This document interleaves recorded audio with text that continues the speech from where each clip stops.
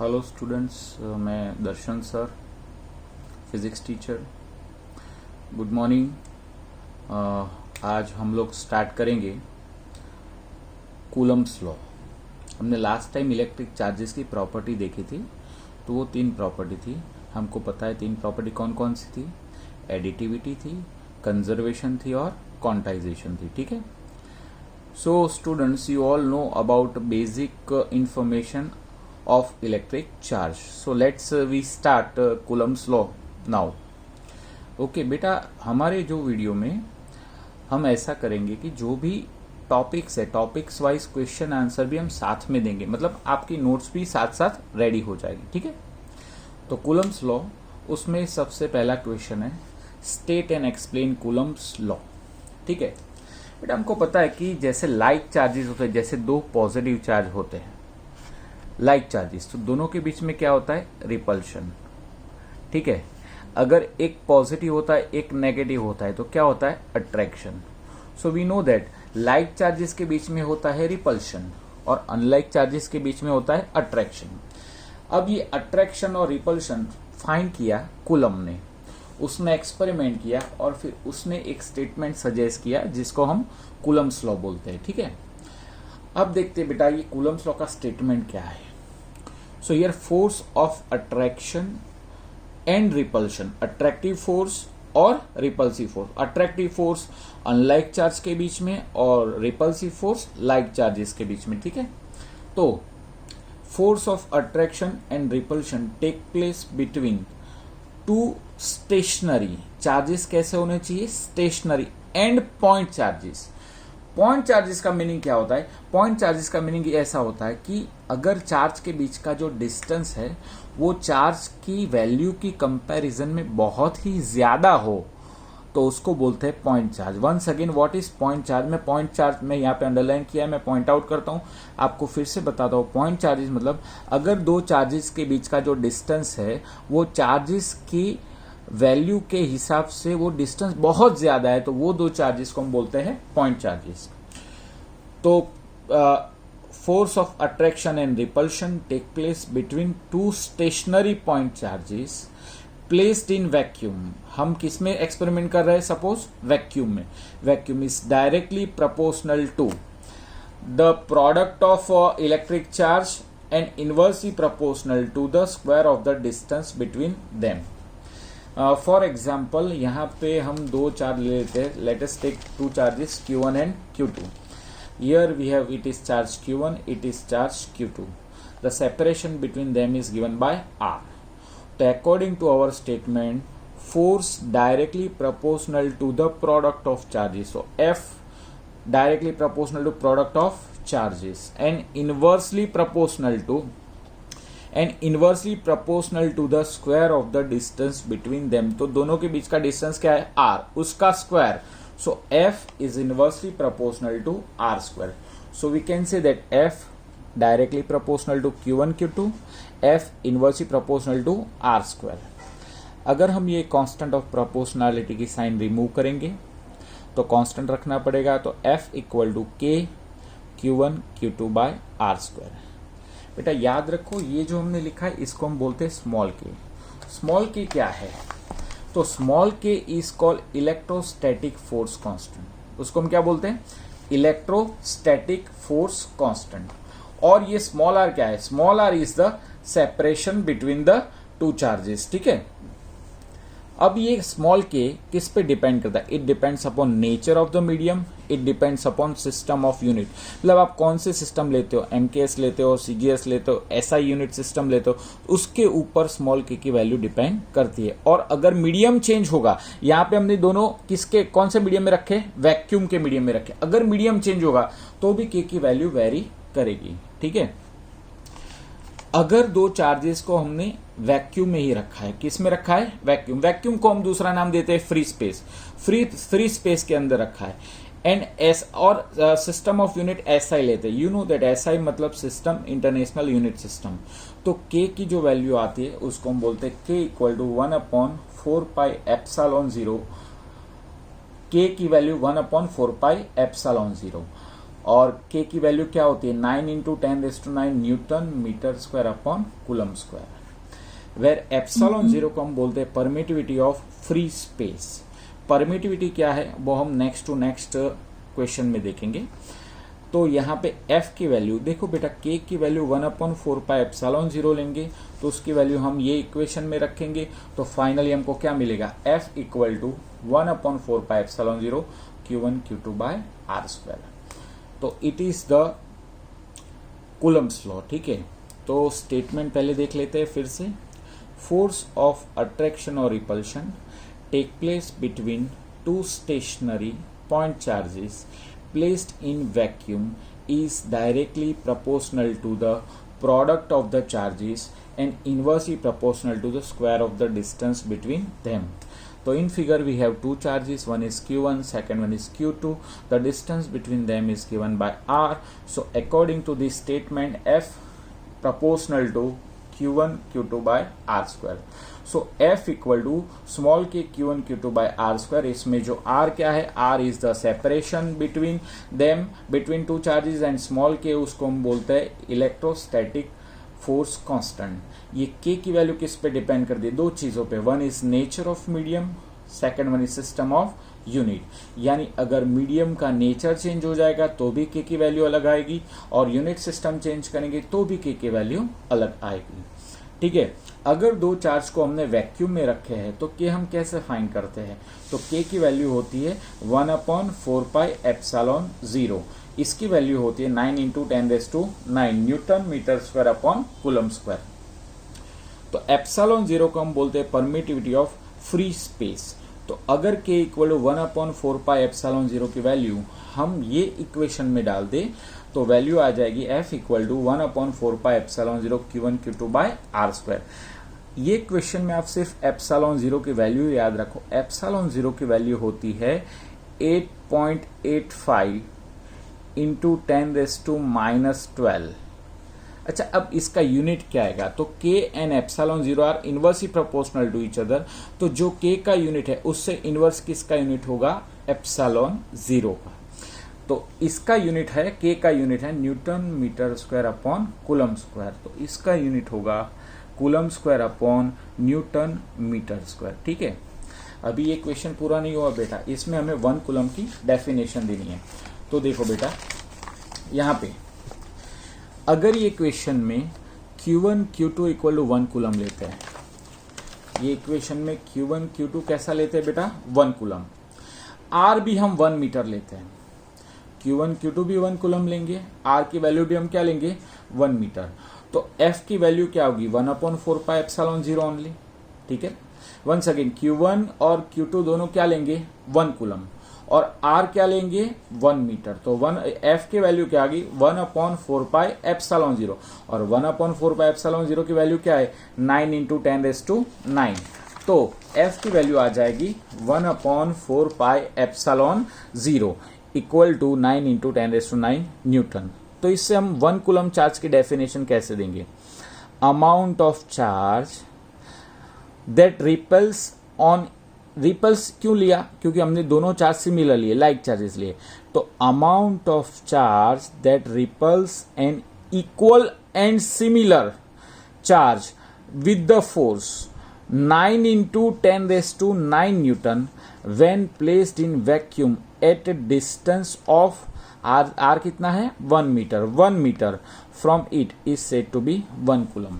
1 coulomb की फिर से डेफिनेशन, 1 कूलम किसको बोलते हैं, तो amount of charge that repels on equal and similar charge with the force 9 into 10⁻⁹ newton when placed in vacuum at distance of 1 metre from it is said to be 1 coulomb. तो ये 1 coulomb की definition. तो ये हमारा question का answer हो गया, statement and explanation of Coulomb's law. ठीक है बेटा, कूलम्स लॉ आपको क्या देता है, तो Coulomb's law gives the force of attraction और फोर्स ऑफ रिपल्शन। और फोर्स कैसी quantity, you know that force कैसी क्वांटिटी है, तो आपको ज्यादातर लोगों को इसका आंसर पता ही होगा। फोर्स जो है वो वेक्टर क्वांटिटी है, और वेक्टर क्वांटिटी में क्या होता है वेक्टर क्वांटिटी में मैग्नीट्यूड भी होता है और डायरेक्शन भी होता है। तो अब नेक्स्ट क्वेश्चन हम देखने जा रहे हैं vector form of Coulomb's law. ठीक है, कूलम्स लॉ का वेक्टर फॉर्म। ठीक है, तो explain vector form of Coulomb's law. बेटा ये क्वेश्चन स्टार्ट करेंगे vector form of Coulomb's law. ये फिगर में देखो, ये फिगर में कितने फोर्स है? दो फोर्स बताए मैंने, vector F12 and vector F21। तो वेक्टर F12 मतलब कि force acting on charge Q1 by Q2। F12 once again force acting on charge Q1 by Q2, यानी Q1 के ऊपर Q2 का फोर्स, उसको बोलेंगे F12। ठीक है, और F21 किसको बोलेंगे? F21 मतलब force acting on charge Q2 by Q1। F21 मतलब force acting on charge Q2 by Q1, मतलब जो पहले है F12 मतलब force on Q1 by Q2, F21 मतलब force on Q2 by Q1। ठीक है, अब ये जो फिगर है उसमें दो चार्जेस हमने बताए, one is Q1, second one is Q2। Q1 having position vector of vector R1 with respect to origin and Q2 having position vector of vector R2 with respect to origin। तो ये जो है वो vector R1 है, ये vector है R2। अगर हम R2 और R1 के बीच में एक वेक्टर ड्रॉ करेंगे और उसका टेल होगा R2 पे और हेड होगी R1 पे, तो ये वेक्टर को हम बोलेंगे वेक्टर R12। R12 मतलब R1 माइनस R2। आपने देखा होगा कि डिस्प्लेसमेंट वेक्टर हमने 11th स्टैंडर्ड में पढ़ा था। डिस्प्लेसमेंट वेक्टर मतलब फाइनल पोजीशन माइनस इनिशियल। तो ये वेक्टर जो है स्टार्ट होता है यहाँ से और खत्म होता है यहाँ पे।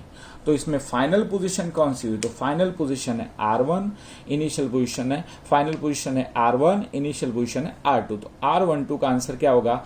R1 minus R2। ठीक है, अब ये फर्स्ट फिगर नंबर 1 में हम लेते हैं दो charge Q1 Q2 greater than 0।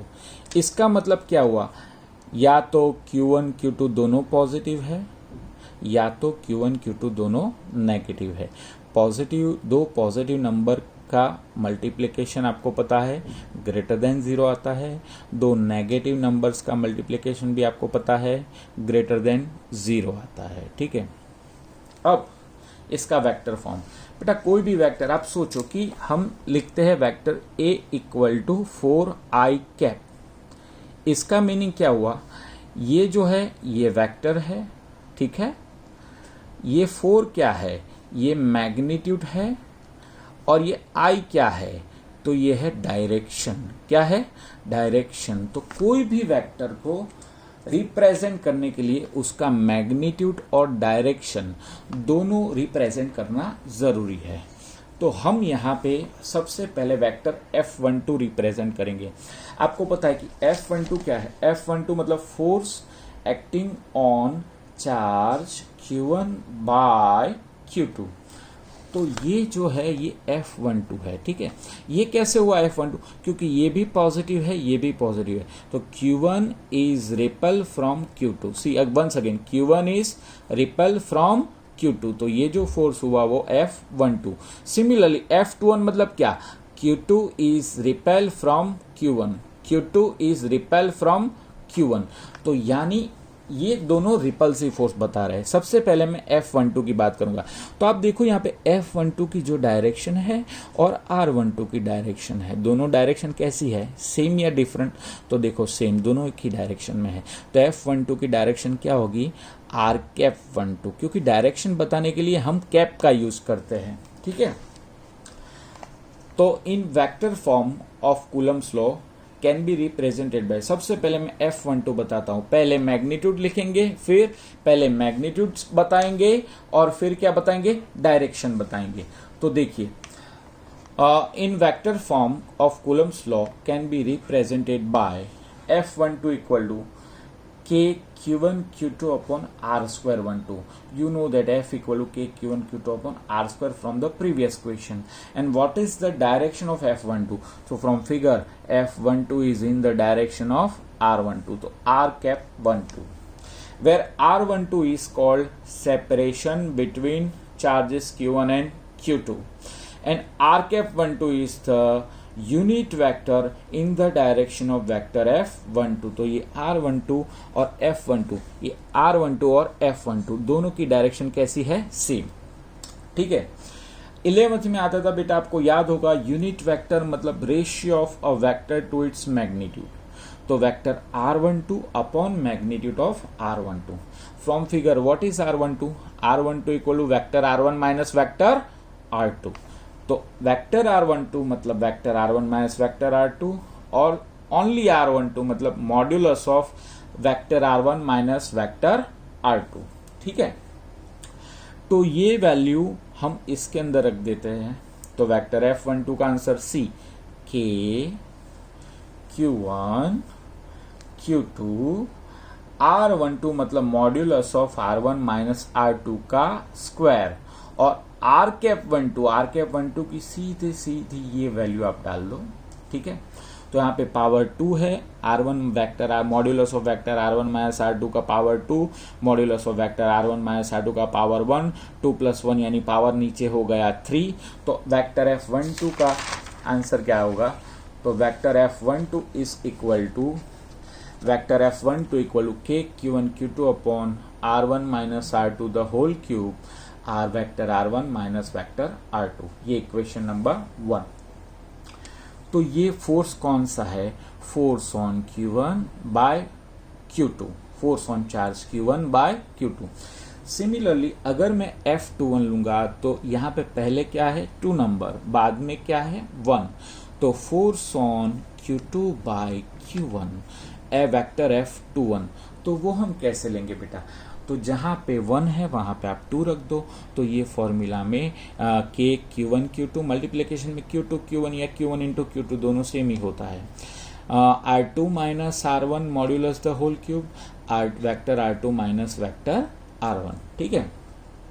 अगर बेटा मैं यहाँ से माइनस साइन कॉमन निकाल दूँ तो यहाँ पे R1 आगे आ जाएगा, R2 पीछे चला जाएगा। ठीक है। और ये तो मॉड्यूलस है, तो मॉड्यूलस में modulus of vector R1 minus R2 और modulus of vector R2 minus R1 दोनों कैसे होते हैं? सेम। तो देखो K Q1 Q2 modulus of R1 minus R2 whole cube, vector R1 minus vector R2, उसकी वैल्यू क्या है बेटा? F12।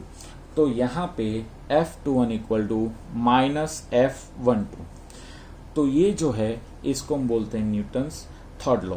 अगर हम F21 को एक्शन बोलेंगे, F12 को बोलेंगे reaction, then action and reactions are equal in magnitude, opposite in direction.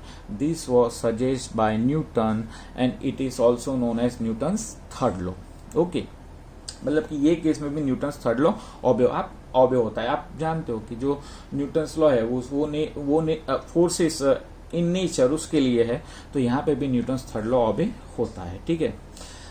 अब फिगर 2 में, यानी ये फिगर 2 में, ये जो फिगर 2 यहाँ पे मैंने आपको बताया है, उसमें जो चार्जेस है, चार्जेस कैसे अनलाइक है, यानी सपोज ये पॉजिटिव है, ये नेगेटिव।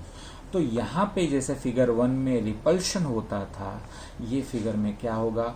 अट्रैक्शन होगा। अगर ये फिगर में अट्रैक्शन होगा तो फोर्सेस की डायरेक्शन रिवर्स हो जाएगी। तो ये F12 ऐसे है तो यहाँ पे ऐसे आ जाएगा, ये F21 ऐसे है तो यहाँ पे ऐसे आ जाएगा। ठीक है। बाकी और इक्वेशन में भी थोड़ा बहुत साइंस में चेंज होगा, और कुछ नहीं दोस्तों। ठीक है। तो इसको बोलते हैं वेक्टर फॉर्म। तो मैं एक बार रिपीट कर देता हूँ, वेक्टर फॉर्म किसको बोलते हैं?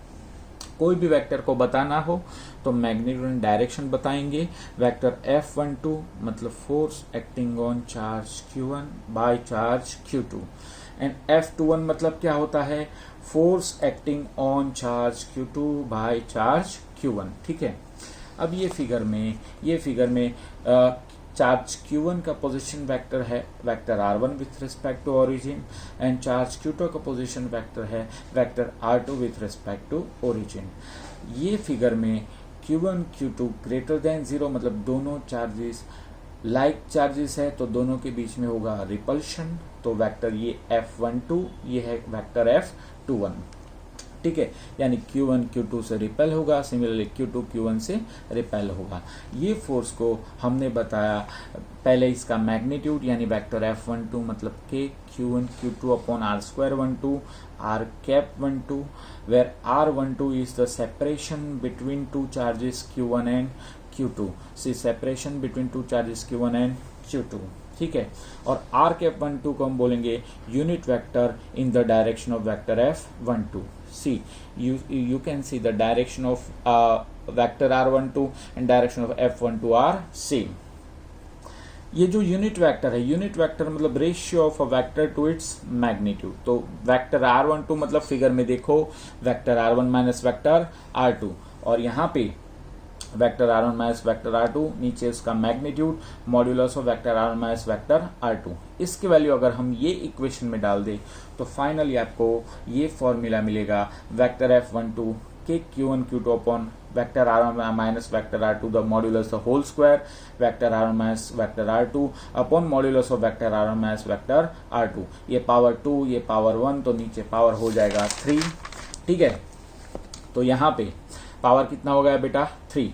तो F21 is the force, okay, तो ये हो गया F12। अब मैं फाइंड करूँ force on Q2 by Q1, तो F21 हम उसको डिनोट करेंगे।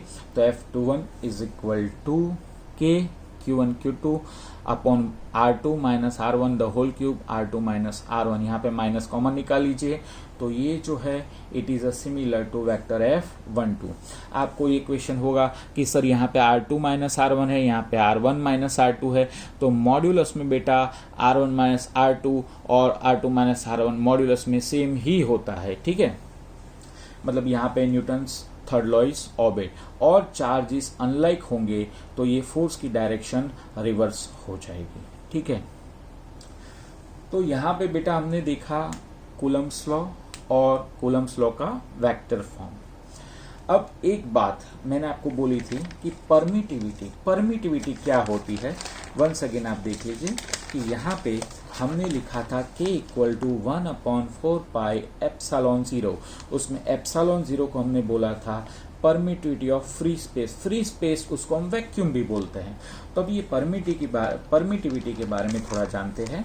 तो इसका क्वेश्चन कैसे आ सकता है बोर्ड में? क्वेश्चन ऐसे आ सकता है, define permittivity and dielectric constant, ठीक है। अब परमिटिविटी दोस्तों क्या होता है? Permittivity is a property of a medium की एक प्रॉपर्टी होती है विच determines the electric force between the two charges situated in that medium. मतलब जो मीडियम होता है वो चार्ज को फोर्स लगाने के लिए परमिशन देता है, उसका वो प्रॉपर्टी उसको हम बोलते हैं परमिटिविटी, ठीक है। इसका मैं एग्जांपल लेता हूं। अगर आपके पास दो चार्जेस है, दो चार्ज को कुछ डिस्टेंस पे हमने रखा है, अगर दो चार्जेस को एयर में रखे हैं तो एयर के अंदर फोर्स होता है सपोज F ऑफ एयर। कितना होता है? F of air. और वही दोनों चार्जेस को F ऑफ एयर, वही दोनों चार्जेस को हम वाटर में रखते हैं तो और वही डिस्टेंस पे रखते हैं तो फोर्स आता है F ऑफ वाटर। तो अगर ये दोनों कैलकुलेट करेंगे, देख लो एक बार फिर से कि दोनों चार्जेस सेम होने चाहिए। एक मीडियम वाटर है, दूसरा मीडियम एयर है, और दोनों चार्जेस के बीच का डिस्टेंस भी सेम होना चाहिए, ठीक है। तो F of water is equal to 1/80 times of F of air. तो इसका मतलब क्या हुआ?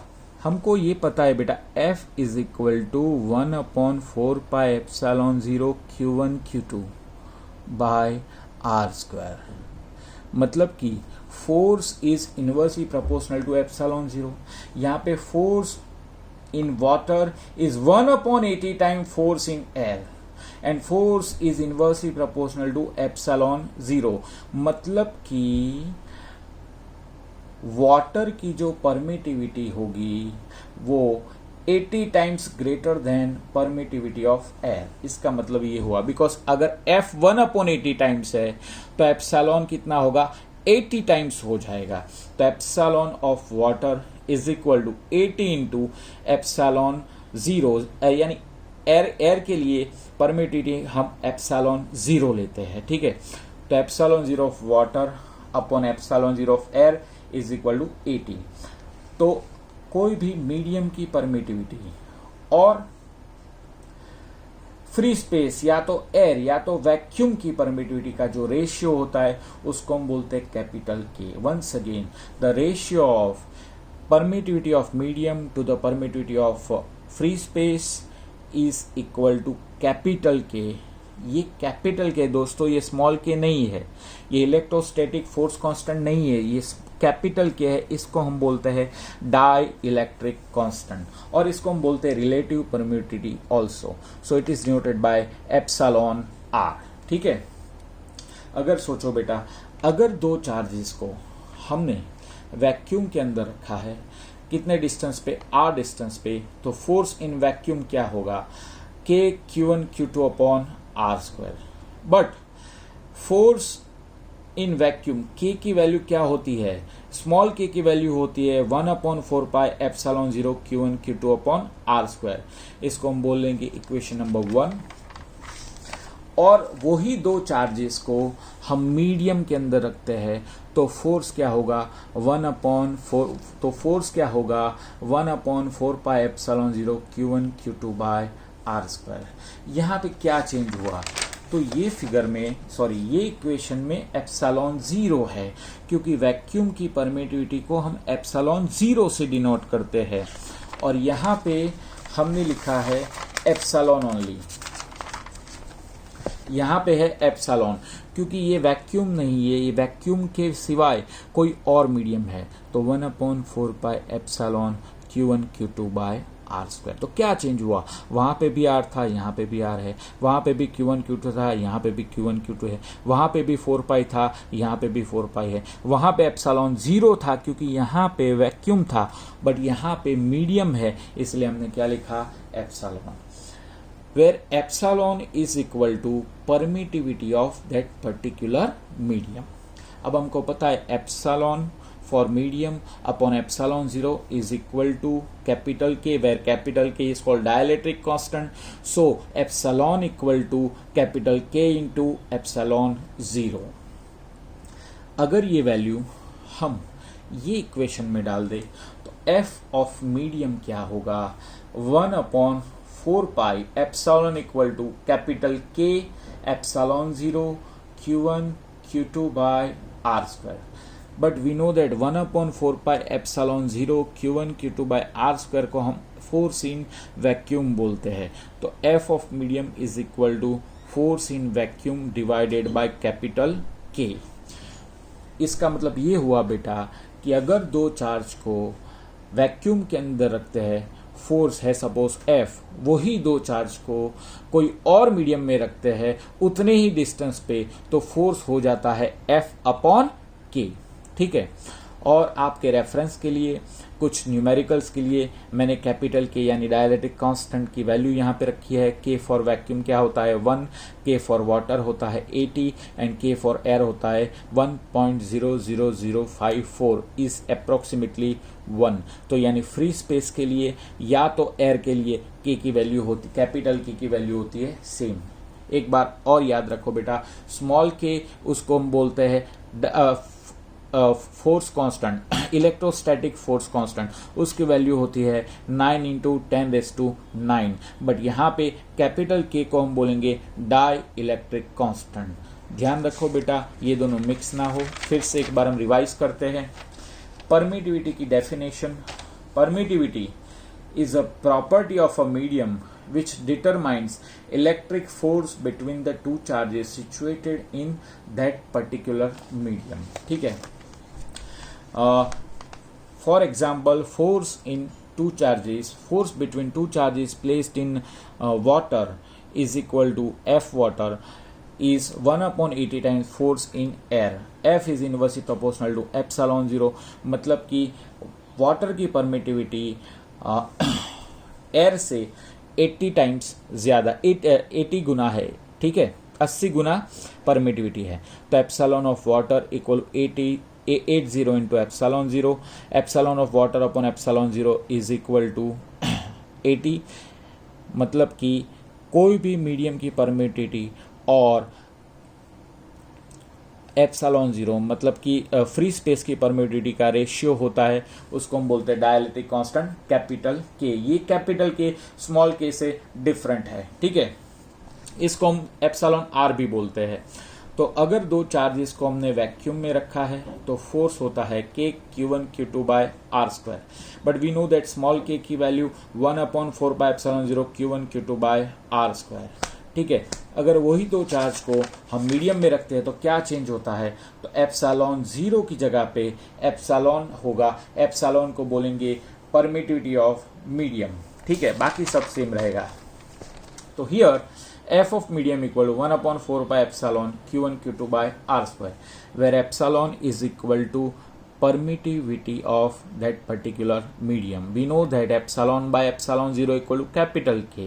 So epsilon equal to capital K into epsilon 0. So f of medium is equal to 1/4 by epsilon, instead of epsilon place K capital K epsilon 0 Q1 Q2 by R square. But we know that 1/4 by epsilon 0 Q1 Q2 by R square equal to F in vacuum.